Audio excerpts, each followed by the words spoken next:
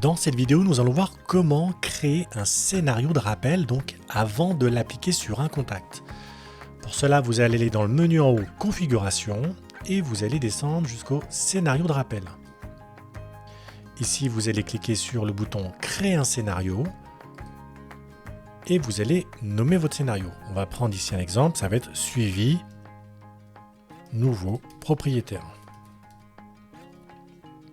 Je définis donc à partir de quel module le scénario est accessible. Par défaut, ça va être le contact. Je peux mettre une description si je le souhaite et je peux mettre une couleur parce que si vous avez plusieurs scénarios, ça peut être intéressant d'avoir des couleurs un peu distinctes pour mieux les différencier sur les contacts. Je clique ensuite sur Suivant et vous voyez que là, j'ai l'option Ajouter un rappel puisqu'on l'a dit dans une précédente vidéo. Un scénario de rappel, c'est ni plus ni moins qu'un ensemble de rappels qui forment donc une séquence et qui sont donc espacés par des laps de temps. Donc là, je vais ajouter un rappel. On va partir du principe que dans mon suivi propriétaire, par exemple, je vais lui envoyer ou le passer un petit coup de téléphone, par exemple au bout de 30 jours, pour lui dire est-ce que tout se passe bien. Bon, je peux définir une heure. Je vais mettre, pour ne pas le déranger, je vais mettre à midi.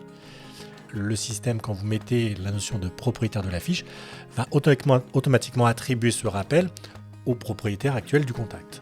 Je peux mettre un commentaire si je le souhaite et je vais faire créer le rappel. Donc là, c'est voir si tout va bien. Voilà, je peux indiquer plus précisément l'objet de mon appel.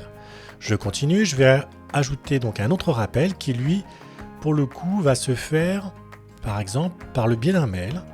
Et là, je vais le faire donc toujours en prenant compte le dernier appel que vous avez fait. Donc, je vais attendre, on va dire, 2 mois pour lui envoyer, par exemple, un petit mail, idem, pour savoir si tout va bien. Voilà. Donc, je vais continuer comme ça, et je peux en faire un dernier.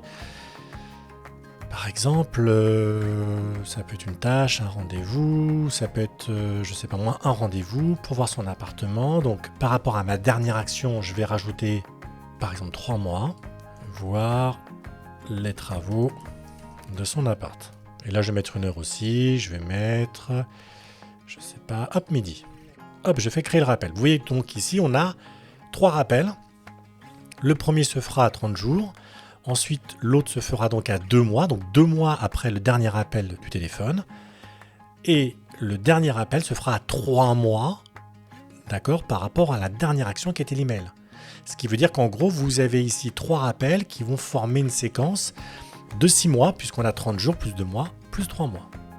Je fais ensuite créer le scénario de rappel.